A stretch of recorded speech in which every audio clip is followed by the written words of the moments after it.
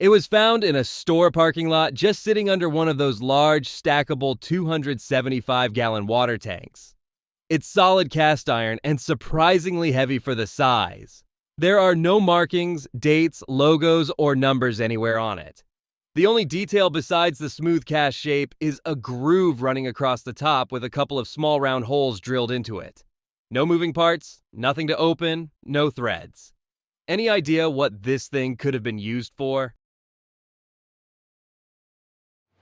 This is a front axle ball assembly from a Toyota Land Cruiser FJ40, specifically from the early production years around 1958 to 1967. These axle balls were part of the closed-knuckle front axle design Toyota used before switching to the later Burfield open-knuckle style. The ball allowed the front wheels and steering knuckles to pivot smoothly while keeping the differential grease sealed inside. When paired with felt seals, gaskets, and the swivel housing, it kept dirt and water out, important for a truck built to survive mud, desert, and harsh terrain. Early FJ40 parts like this are getting harder to find because most were driven, worked, and rusted out long before anyone thought of restoring them. So when one shows up intact, it feels less like a random part and more like a piece of 4x4 history from the era when the Land Cruiser earned its reputation as the truck that could go anywhere. It was found after being pulled from the trash and handed down just because it looked interesting. A heavy cast iron piece with decorative sides, no markings, no numbers, and no obvious moving parts. Someone once used it as an ashtray, but that never really made sense.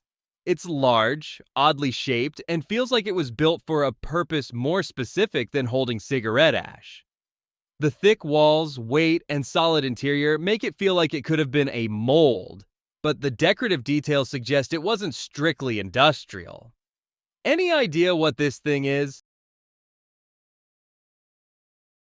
This is a flower pot for a tomb, the kind you'd see in older cemeteries where families wanted something sturdier than a simple vase. It's often made from cast iron or heavy ceramic so it could survive seasons of rain, frost, heat, and time. People would place fresh flowers in it during visits or holidays, and over the years it became part of the grave itself. Weathered, moss-covered, and quietly permanent. It was found in a family member's workshop after years of storage. The piece is solid cast iron or cast steel, heavy for its size, and shows clear casting seams along the edges. There are no markings, dates, or brand stamps anywhere on it. The shape suggests it was meant to hold or grip something, maybe rope or cable, but nothing about it confirms that for sure. The family kept it because it looked old and unusual. Any idea what this thing is? This is a vintage mailbag hook, the kind used to hold large canvas sacks open while they were being filled. The 4 hooks slide onto a square frame, and the heavy weight at the bottom keeps the hooks upright while the bag stays open. Mailbags had metal grommets around the opening, so workers could quickly clip the bag in place, fill it, then flip the weight upward to release it when full. It was practical, fast, and built for repetition in busy post offices, sorting rooms, railway mail cars, and warehouses.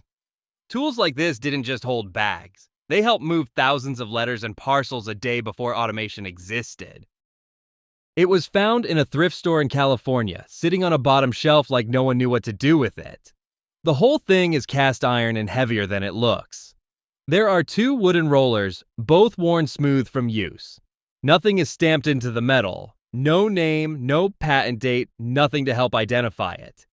The frame looks like it was meant to bolt or clamp onto a bench. When the crank turns, the rollers spin tight against each other like they were meant to press or squeeze something flat. The seller didn't know what it was, just said, someone dropped it off with a box of old tools and farm pieces. Any idea what this thing could be? This is an antique packing tape dispenser made for old-style paper gum tape. Before modern pressure-sensitive tape existed, this was how factories, post offices, and general stores sealed boxes. You'd fill the small water tray on the right, and the wooden roller would sit partly in that water. As the tape fed across the roller, it got moistened, activating the gum adhesive. Then the user pulled the tape to the needed length and tore it off. Simple, fast, and strong. Machines like this were common from the late 1800s through the mid 1900s in shipping rooms and mercantile counters. They were heavy, industrial, and built to last because everything back then was expected to survive decades of daily use. It was kept for years without anyone really knowing what to do with it. A small cast iron figure shaped like a young girl in a bonnet, sitting with both hands resting at her sides. The back has a hole near the top, almost like it was meant to hang on a wall rather than sit on a shelf. The surface looks aged, and there are no clear markings to explain where it came from. It stayed in the family, first with a grandmother who bought antiques and replicas, then passed down again without much explanation. Some think it might just be a decorative hook for hanging aprons or coats. Others wonder if it's older, maybe connected to simple Amish or rural American cast iron homeware. Any idea what this could have been used for? This is an Amish girl egg timer made from cast iron. Where the hole is, there would have been a glass hourglass sand timer which could be rotated. The raised post is there to give enough height to rotate the timer. It works like a simple mechanical hourglass. You flip it over, and as the sand runs through, it counts down a preset amount of time, usually just a few minutes for boiling eggs. No batteries, no ticking gears, nothing fancy. Just gravity doing the job.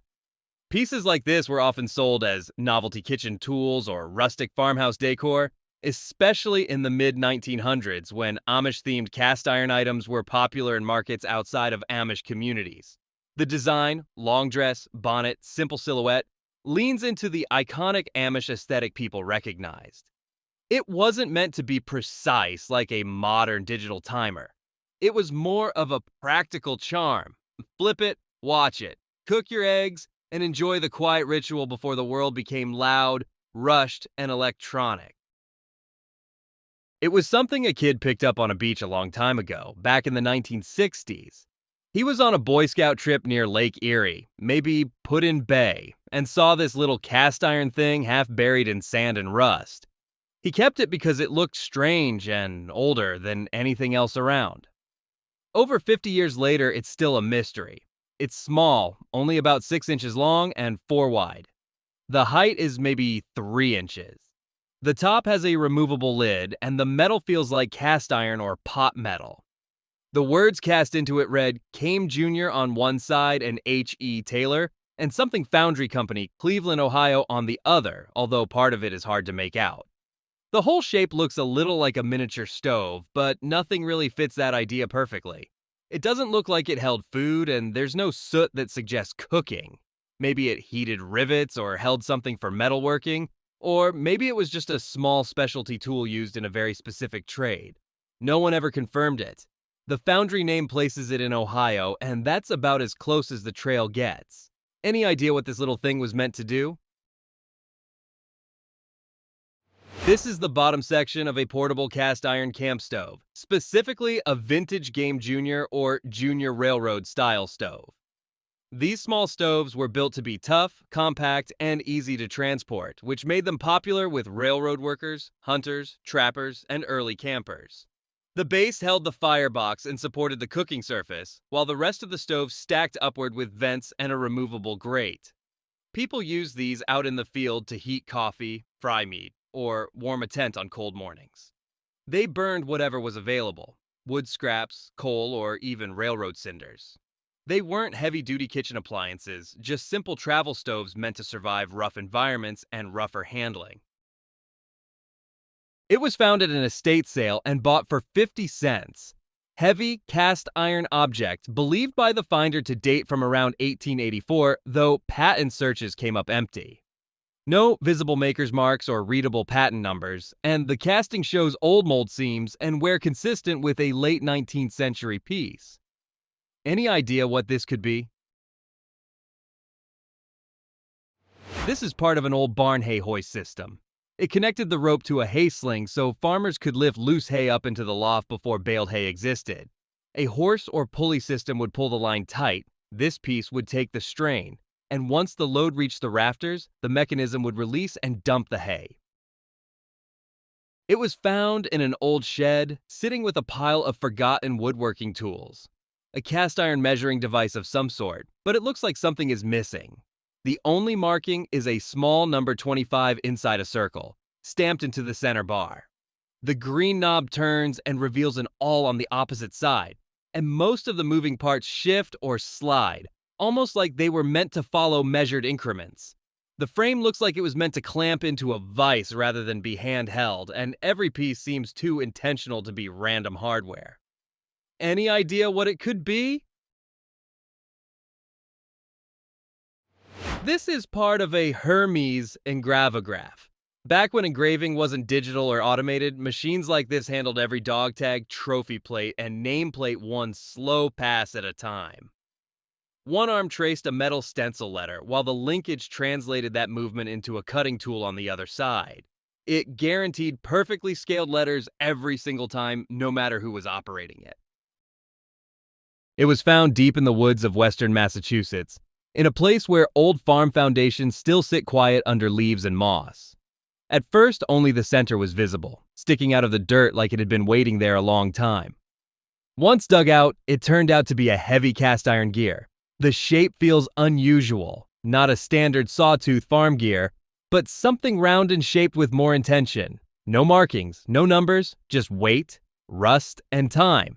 The area is known for old farming equipment left behind when barns collapsed or people moved on, so it seems likely this gear once belonged to some machine that never made it home again. Any idea what it could have been? This is a Nautilus gear, a long spiraled industrial gear designed to transfer motion smoothly and with controlled torque. The shape wasn't just for looks. Its gradual wave-like form allowed machines to run quieter, with less mechanical shock and smoother engagement, especially in large, heavy-duty applications. Gears like this were used in massive infrastructure projects, including early machinery at the Panama Canal. The forces involved were so extreme that engineers had to develop a special grease just to keep them operating without seizing or grinding themselves apart. Some examples were enormous, stretching around 12 feet long and weighing hundreds of pounds. Even though hydraulics eventually replaced them, gears like this show a time when engineering was physical, visible, and built to outlast the people who made it.